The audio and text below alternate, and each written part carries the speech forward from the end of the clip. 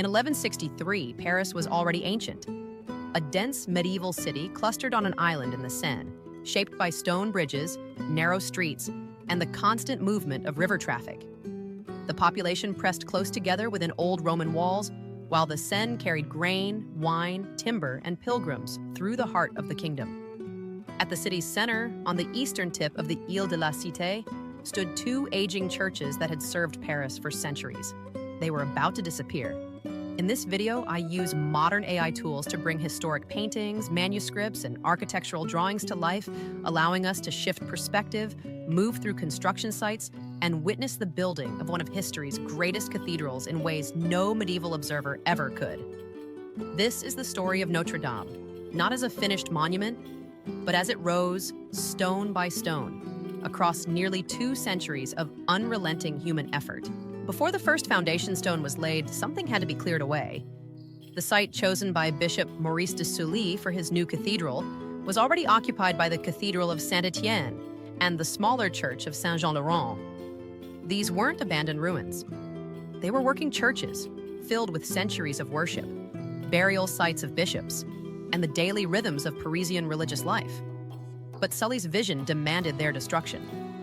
He wanted something unprecedented, a cathedral that would rival anything being built across Christendom, using the new techniques emerging from Gothic workshops in places like Saint-Denis and Sens. The old buildings came down gradually, their stones carted away, their foundations exposed. What remained was open ground on the island's eastern edge, overlooking the Seine, waiting for something far more ambitious to take their place. In 1163, construction began. Pope Alexander III himself may have laid the foundation stone, though records from this moment are frustratingly incomplete. What we know with certainty is that work started on the choir, the eastern end of the cathedral where the altar would stand. This was standard practice in medieval cathedral building. Complete the choir first so services could begin, even while the rest remained unfinished. The choir of Notre-Dame was designed to be surrounded by double aisles and a ring of chapels, creating an ambulatory where pilgrims could walk behind the altar without disturbing Mass. From the beginning, this cathedral was built not just for Paris, but for the crowds it hoped to draw. The scale of the project staggers the imagination. Notre-Dame would eventually measure 128 meters long, 48 meters wide, with vaults soaring 33 meters above the floor. To achieve this, builders needed stone.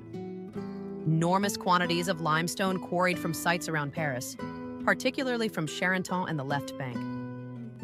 Barges laden with cut blocks moved slowly up the Seine, unloading at makeshift docks near the construction site.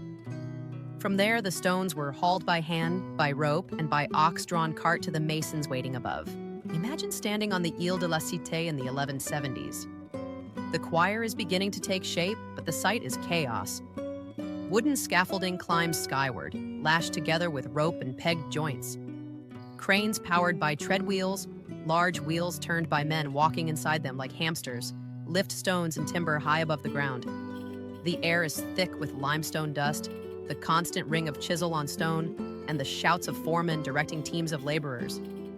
Masons work in shifts, carving moldings, setting blocks, checking levels with plumb lines and water-filled troughs. This is not a construction site as we understand it today. It's a small city of workers, suppliers, craftsmen, and clergy, all focused on a structure that won't be finished in their lifetimes.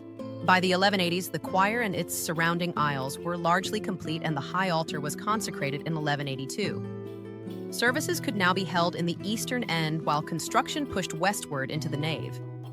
This was a moment of both accomplishment and realization. What had been built so far was extraordinary, but it was only the beginning. The nave would take decades more. The western facade, with its twin towers and sculpted portals, would take longer still. Gothic architecture wasn't just about height. It was about engineering light. The pointed arch, the ribbed vault, and the flying buttress, these innovations allowed walls to be opened up, filled with stained glass that transformed sunlight into color and story. Notre-Dame embraced these techniques fully. As the walls of the nave rose, teams of glaziers worked in workshops nearby, assembling scenes from scripture and glass, cutting colored panes, leading them together, painting details in enamel. When installed, these windows didn't just illuminate the interior, they taught. For a largely illiterate population, the windows of Notre-Dame were scripture made visible. But this beauty came at a cost measured in human suffering. Medieval construction was brutal, dangerous work. Men fell from scaffolding. Ropes snapped under the weight of stone. Treadwheel accidents crushed limbs. Quarry workers developed lung disease from breathing stone dust year after year. There are no reliable records of how many died building Notre-Dame, but cathedral construction across medieval Europe was known to be deadly. Workers accepted this as part of the contract, often motivated by wages, by religious devotion, or simply by the need to survive. Some masons traveled from site to site, following work across kingdoms. Others were local Parisians, men who walked to the site each morning and returned home each night if they returned at all. By the early 13th century, the nave was rising steadily. The original design had called for a 4-story elevation, arcade, tribune gallery, triforium, and clear story windows. This created a rhythm of stone and light climbing toward the vaults. But architecture, like everything else, evolves. As work progressed, builders began experimenting with modifications, enlarging windows, adjusting proportions, responding to what they learned as the structure grew. Notre-Dame wasn't built from a single unchanging blueprint. It was a living project, shaped by the hands and minds of successive generations of craftsmen. During these decades, Paris itself was changing. The city expanded beyond the island, spreading onto both banks of the Seine. The University of Paris was taking shape on the left bank, drawing scholars from across Europe. Markets thrived, new bridges were built, and through it all, the unfinished cathedral rose above the rooftops, a constant presence, a promise of completion that remained decades away. Work on the western facade began in earnest around the 1200s. This was where Notre-Dame would make its most public statement. 3 massive portals, deeply carved with scenes of the Last Judgment, the Virgin Mary, and Saint Anne. Above them, the Gallery of Kings, a row of 28 statues representing the kings of Judah, though later revolutionaries would mistake them for French kings and destroy them. Higher still, the Great Rose Window, a masterpiece of Gothic tracery and stained glass, flooding the nave with western light each afternoon. And finally, the Twin Towers, designed to rise 69 meters above the square. The towers took decades. Stone had to be hauled higher and higher as the walls climbed. Wind became a factor. Weather delayed work. Winters in Paris could be harsh, and construction often slowed or stopped entirely when frost made mortar unreliable. Yet the work continued. By the 1240s, both towers were nearing completion, transforming the Paris skyline. For the first time, travelers approaching the city from the west saw Notre-Dame as it was meant to be seen, a monument to faith, power, and human persistence. But even with the towers finished, Notre-Dame wasn't done. Throughout the 13th century, chapels were added between the buttresses along the nave. The famous flying buttresses, those dramatic arcing supports that brace the walls and allow the interior to soar, were refined and extended. Tombs were installed. Altars were dedicated. Sculpture was added, removed, adjusted. A cathedral of this scale was never truly finished. It was continuously modified, repaired, and adapted to the needs of each generation. By the mid-14th century, Notre-Dame stood essentially complete in the form we recognize today.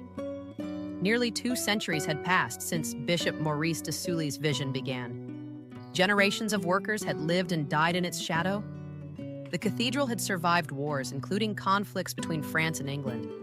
It had weathered political upheaval, changes in bishops, and shifts in architectural fashion. And yet it stood, a structure so ambitious that its completion required not just skill and resources, but time measured in human lifetimes. Standing here, looking at what remains of Notre-Dame today, especially after the fire of 2019, it's impossible not to think about those centuries of labor. Every stone was cut by hand, every vault was raised without modern machinery, every window was assembled pane by pane. The people who built this didn't see it finished. They worked knowing their children might see more progress, and their grandchildren might see completion. It was an act of faith, not just in God, but in the future, in the belief that what they started would matter long after they were gone. If there's another cathedral, another monument, or another moment in medieval history you'd like to see brought back to life, let me know in the comments. Thank you for watching.